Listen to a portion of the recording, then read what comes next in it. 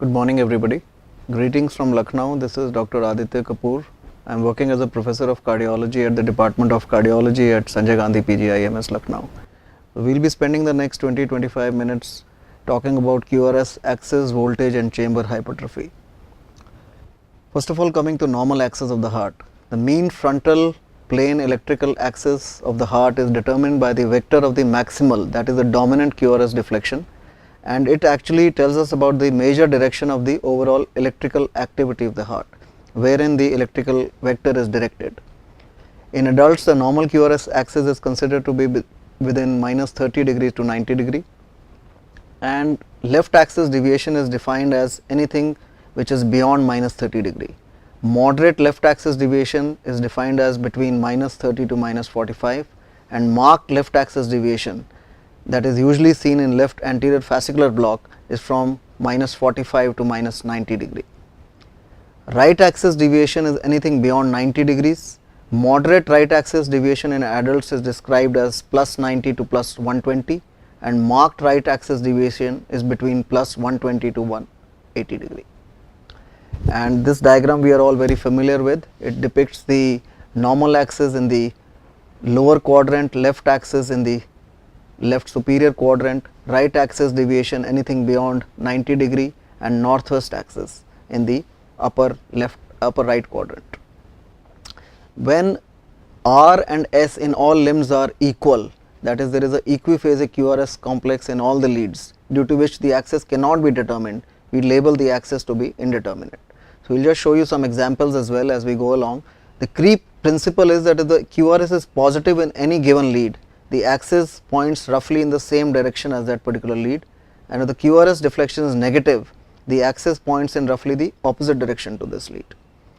And if the QRS is isoelectric in any given lead, that is positive deflection is equal to the negative deflection, the axis is roughly at 90 degrees to this lead. And usually we follow the quadrant principle in calculating the axis of the heart. If you look at lead 1 and AVF, that is the easiest way to calculate the axis. So we will bring in some circles over here. So lead 1 is positive, AVF is positive, and if you see in the upper left panel, the axis is in the normal range. Right axis deviation, again concentrate on lead 1 and AVF. So lead 1 is in the negative direction and AVF is in the positive direction, and the QRS axis now points to the right. Left axis deviation, if you again concentrate on lead 1 and AVF, lead 1 is positive and AVF is negative, and in the upper left panel you see the axis is now pointing leftward. Northwest axis, again concentrate on lead 1 and AVF. Lead 1 is predominantly negative, AVF is also negative. Because both are negative, the axis is northwest. Lead 1 is negative and AVF is negative. So it is easy to calculate the axis roughly by looking at lead 1 and AVF. Indeterminate axis, as I pointed out, if all the limb leads show an equiphasic R and S, due to which the axis cannot be determined, then the axis is called as indeterminate. Predominant causes of a right axis deviation, we have to be careful. It is sometimes seen in normal people as well, what we call as a normal variant, usually seen in right ventricular hypertrophy, right ventricular volume overload conditions like an atrial septal defect, extensive lateral wall myocardial infarction, dextrocardia. Normal pediatric ECG again shows a right axis deviation, left sided pneumothorax, and left posterior hemiblock, the axis is grossly towards the right. Causes of left axis deviation, again normal variant is another thing which we have to be careful about. Left anterior fascicular block, again the axis is grossly to the left. Extensive myocardial infarction, especially inferior wall MI, will lead to a left axis. Left ventricular hypertrophy, hypertrophic cardiomyopathy, dilated cardiomyopathy, and right ventricular pacing are other conditions which could be associated with a left axis deviation. Indeterminate or extreme axis deviation may be seen in extensive myocardial injury or can rarely be seen as a normal variant as well. Again, arrhythmias like ventricular tachycardia may lead to extreme axis deviation or a northwest axis. Hyperkalemia or extreme right ventricular hypertrophy are other causes for a northwest axis. So this is an ECG of a right bundle branch block. If you look at V1, it shows a right bundle branch block, and there is a left axis deviation as seen by AVF showing a negative complex and lead 1 showing an almost equiphasic complex. LBBB with left axis deviation. LBBB is seen by the precordial complexes in V1 to V6, and if you look at lead 1, it shows a positive complex and lead AVF is negative. So this is LBBB with left axis deviation. Coming to voltage, so low voltage complexes are defined by complexes in the limb leads less than 5 millimeters, and in the precordial leads the complexes should be less than 10 millimeters. Causes of low voltage: obesity, chronic obstructive pulmonary disease, pericarditis or pericardial effusion. When there is fluid in the heart, it will act as an insulator and the forces cannot be transmitted. So pericarditis, pericardial effusion are other causes of low voltage ECG. Severe myocardial injury where there is loss of myocardial tissue, dilated or infiltrative cardiomyopathies, or metabolic causes like myxedema or hypothermia. These are the causes of low voltage ECG. So just to show you some examples, again if you look at lead 1 or the limb leads and the precordial leads, the complexes are less than 5 millimeters in the limb leads and less than 10 millimeters in the precordial leads. Another example of a low voltage QRS complex, which was a patient of a pericardial effusion with impending pericardial tamponade. So that is how we look at low voltage. What is poor R wave progression? Now this is actually what happens is, if you traverse from V1 to V6, normally the R wave height increases and the transition zone is somewhere in lead V3 to V4. If there is an absence of a normal increase in the size of the R wave in the precordial leads, which is defined as R wave less than 3 millimeter in lead V3, it is defined as a poor R wave progression. And the most common cause is an old anterior wall MI. However, it can also be seen in left ventricular hypertrophy, conduction disorders like left bundle branch block, left anterior fascicular block, dextrocardia, low diaphragm or sometimes high position of the electrodes, chronic obstructive lung disease, or tension pneumothorax where there is a gross mediastinal shift. These are all causes of a poor R wave progression, and mind you, the definition is R wave less than 3 millimeter in lead V3. So this is an example of poor R wave progression. If you see V1, V2, V3, the height of the R wave in lead V3 is less than 3 millimeters. Normally the transition should occur by V3, V4. So this is an example of a poor R wave progression. Another example, if you again concentrate on lead V3, the height of the R wave is less than 3 millimeters. Chamber hypertrophy. If you look at chamber hypertrophy, we have various chambers in the heart: left atrium, right atrium. It could be a biatrial hypertrophy, left ventricular hypertrophy, right ventricular hypertrophy, or a biventricular hypertrophy. Now ECG changes in hypertrophy. This has been a subject of lot of studies because ECG often correlates with chamber hypertrophy, and of late it has been recognized that if you regress the hypertrophy by whatever pharmacological means, the cardiac prognosis can improve. So ECG changes in hypertrophy, physicians should be very well aware of how to diagnose chamber hypertrophy on the ECG, and primarily it is manifested by increase in QRS amplitude and increase in the QRS duration. There may be changes in the QRS vectors, there may be axis shifts, abnormalities in the ST segment and T waves, and abnormalities in the P wave. All these ECG changes can occur in chamber hypertrophy. So we will discuss it as we go along. Before we actually discuss this, the recent ACC AHA guidelines for standardization and interpretation of the electrocardiogram, which were issued in 2009, they have given us certain new terms, or they have told that there is sometimes need for a redefining the old existing nomenclature. So we should avoid the terms like P mitral, P congenital and P pulmonale, and abnormal P waves should be referred to as right or left atrial abnormality rather than enlargement, overload, strain or hypertrophy. So that is one important carry home message. It should be referred to as right or left atrial abnormality.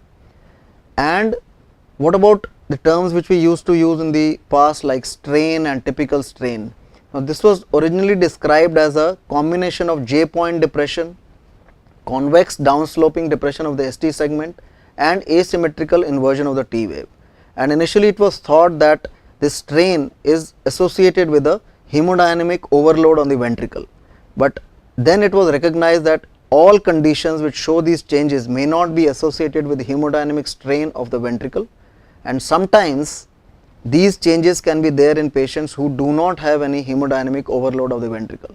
So the latest nomenclature states that the term strain and typical strain should be discouraged, and the term which is preferable is secondary STT abnormalities. And also the terms like systolic pressure overload and diastolic volume overload, they have limited accuracy and their use is no longer recommended.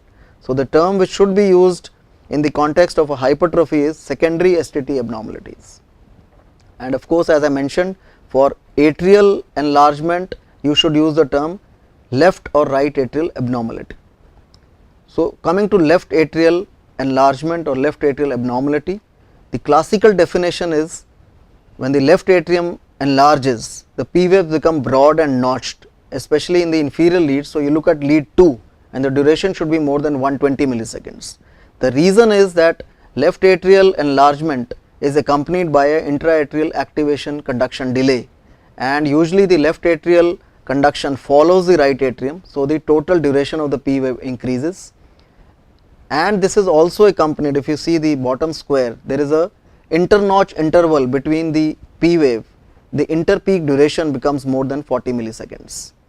The second criteria which is used is prominent inverted terminal P wave in lead 1 which is more than 1 millimeter, and the terminal negativity of the P wave in lead 1 V1 is more than 0.04 millivolt second. So this is what is called as a P terminal force, and the reason is that the left atrial conduction vector is directed posteriorly and to the left. So the negative component in V1 increases not only in voltage but it also increases in duration. This is an example of a left atrial enlargement. If you look at lead 2, there is a notched P wave, the duration is more than 120 millisecond, and if you look at V1, the negative terminal force is more than 0.04, classically seen usually in our context in rheumatic heart disease and mitral stenosis. Right atrial enlargement, the diagnostic pattern is evidenced by tall peaked waves in lead 2, 3 and AVF, tall P waves in the inferior leads which have amplitude of more than 2.5 millimeter. Another important criteria is, if you see down below, the positive component of the P wave in lead V1 should be more than 1.5 millimeters. So tall P waves in the inferior leads, positive component of the P wave in lead V1 more than 1.5 millimeters. These are the criteria for right atrial enlargement. So if you see inferior leads, the P waves appear tall and peaked, and the positive component in V1 is more than 1.5, usually seen in congenital heart disease or chronic obstructive lung disease, pulmonary embolism, pulmonary hypertension, etc. Biatrial enlargement, both the criteria of left atrium and the right atrial enlargement should be met, that is increased amplitude of more than 2.5 millimeter and duration more than 120 millisecond of the P wave in the limb leads. This is again in our context, in our country, most commonly seen in a rheumatic heart disease patient, as seen by this particular ECG over here. Tall P waves in the inferior leads, huge P waves, tall peaked, and if you look at lead V1, the negative P terminal force is really dramatic. So combined left and right atrial abnormality. Coming to ventricular hypertrophy, the diagnostic criteria for ventricular hypertrophy is usually based on measurement of QRS voltages. However, the sensitivity of most of these criteria is quite low, whereas the specificity is quite high. So patients who may meet one set of criteria may not meet the other criteria. So therefore, the latest ACC/AHA guidelines say that interpretation should specify actually which criteria you have used to make the diagnosis of left ventricular hypertrophy based on voltages. And the classical criteria which we use are the Sokolow and Leon criteria, that is the amplitude of S wave in V1 combined with the amplitude of R wave in V5 or V6 should be more than 35, and the amplitude of R wave in AVL should be more than 11. The Cornell's criteria are also used, one should remember them. Amplitude of the S wave in V3 plus R wave in AVL should be more than 20 millimeters in female or more than 28 millimeters in males. It is important to realize that need for voltage plus STT criteria for diagnosis of definite LVH is there. So STT criteria cannot make the diagnosis of left ventricular hypertrophy in isolation.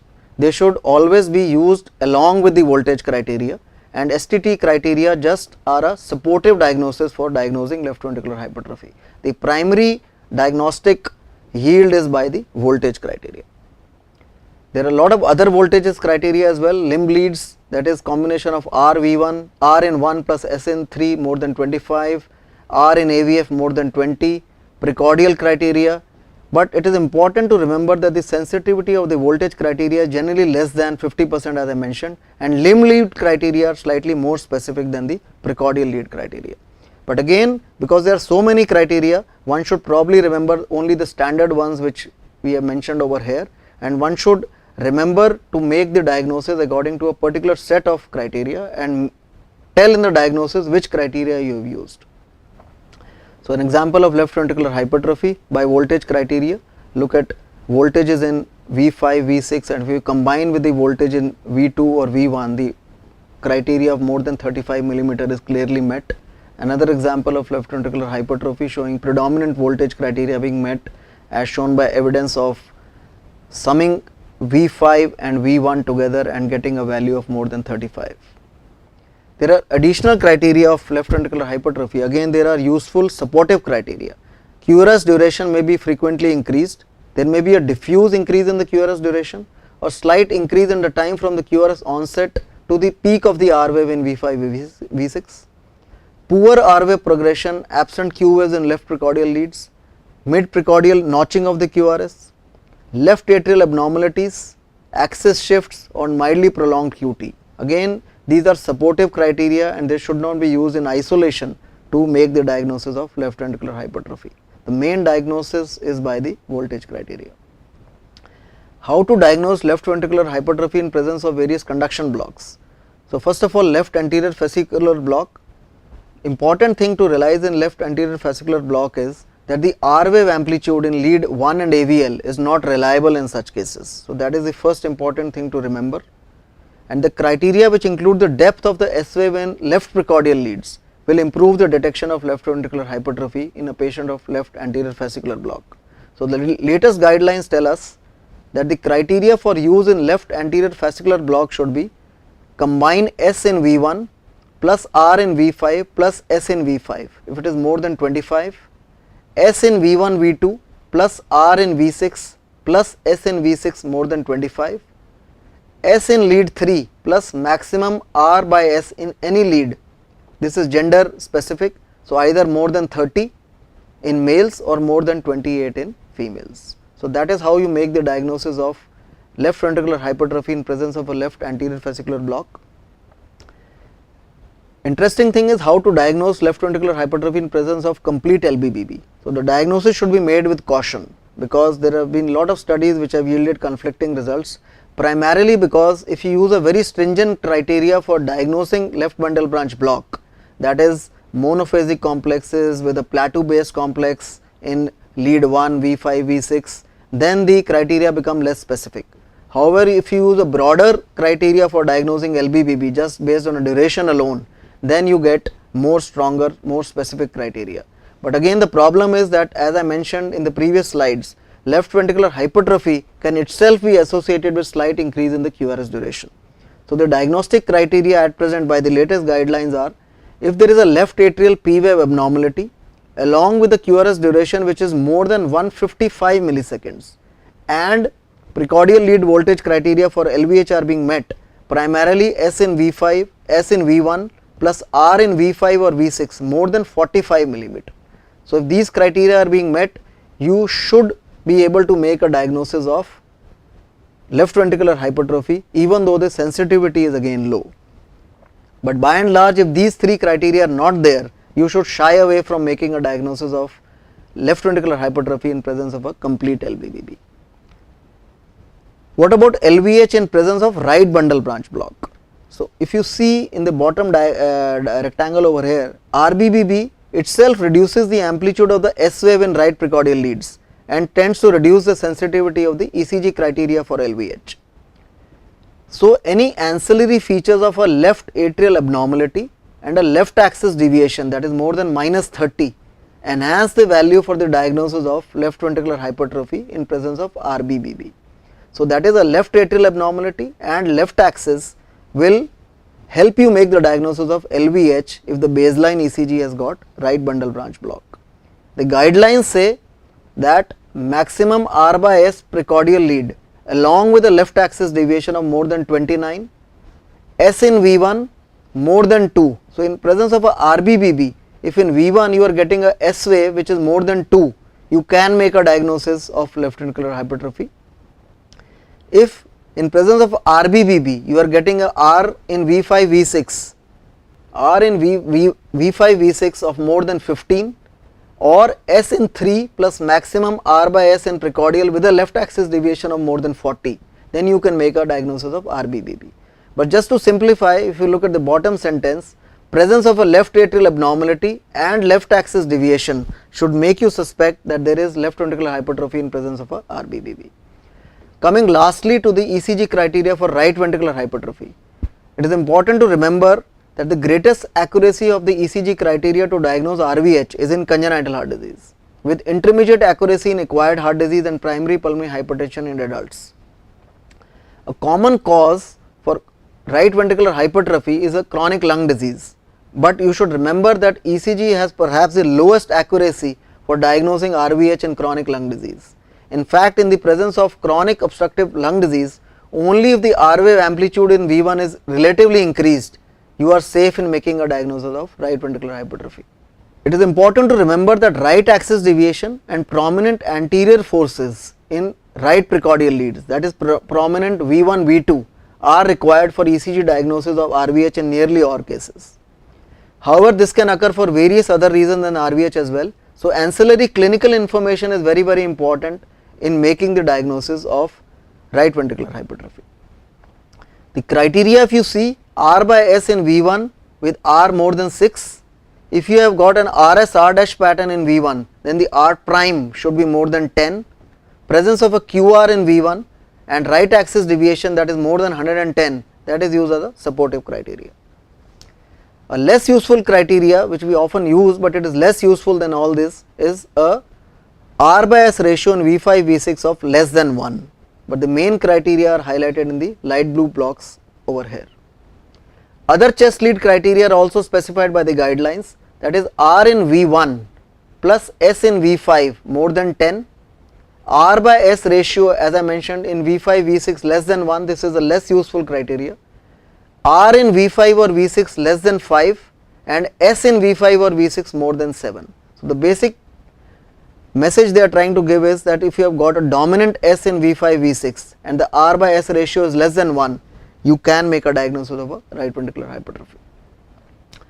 As I mentioned, other causes of a R by S ratio more than 1 in lead V1, normal adults, true posterior wall MI, dextrocardia, pre-excitation and pericardial constriction rarely, but one should remember these causes so that you are able to make the correct diagnosis. An example of a right ventricular hypertrophy, if you see lead V1 shows a prominent R, there is a supportive evidence in the form of a right axis deviation, lead 1 is negative and AVF is in fact negative as well, so it is almost a northwest axis, extreme right ventricular hypertrophy, R waves in V1 and persisting deep S waves in V6 with a R by S ratio of less than 1. Biventricular hypertrophy, it is often difficult to diagnose this on the ECG because the RV and the LV forces tend to counterbalance each other and there may be no evidence of hypertrophy on ECG in many cases. So, diagnose the biventricular hypertrophy when both criteria of LVH and RVH are met. Again, it should be remembered that this has again got a low sensitivity. Especially in congenital heart disease and RVH, the presence of a tall R waves and deep S waves in lead V2 to V4, that is a combined altitude of more than 60 millimeters, is diagnostic or suggestive of a presence of a biventricular hypertrophy called the Cox-Wetzel phenomena. So, in congenital heart disease, if in presence of RVH you are getting tall R waves and deep S waves in lead V2 to V4 with a summated total of more than 60, it suggests the presence of a left ventricular hypertrophy. In the presence of ECG criteria for LVH, the presence of prominent S waves in V5 V6, right axis deviation, tall biphasic R by S complexes in several leads and size of right atrial abnormality suggests the presence of a biventricular hypertrophy. So, in presence of LVH, if you are getting all these signs, then you should suspect that there is additional RVH as well and you could be able to diagnose biventricular hypertrophy. So this is an example of a biventricular hypertrophy. If you see, there is right atrial enlargement as shown by tall P waves in the inferior leads, and if you look at the voltages in V2 and V6, V5, V6, you are getting tall R waves in V1, RVH, and tall S complexes in V3, V4, V5, V6 more than 60 millimeters. So this is a classical example of a biventricular hypertrophy. Again, another ECG of a biventricular hypertrophy. If you see prominent QRS voltages in lead V3, V6 in presence of a RVH, and if you see the axis of this patient, the axis is again lead 1 is negative, AVF is positive, so a rightward axis. And to conclude, I will show two more ECGs of a right atrial enlargement, right ventricular hypertrophy, and a right axis deviation. So if you see right atrial enlargement as shown by tall P waves in lead 2, RVH as shown by tall R waves in lead V1, and right axis as shown by negative complexes in lead 1 and positive in AVF. Left atrial enlargement, left ventricular hypertrophy, and secondary STT changes. Mind you, you have to use the term secondary STT changes and not strain. So if you see left atrial enlargement as shown by increased duration of the P wave in the lead 2, prominent P terminal negative force in V1, left ventricular hypertrophy as shown by the voltage criteria, and secondary STT changes. So to conclude, by using the ECG in a logical and a systematic manner, you can arrive at the correct diagnosis of the axis, voltage analysis, and chamber hypertrophy. Thank you for your attention.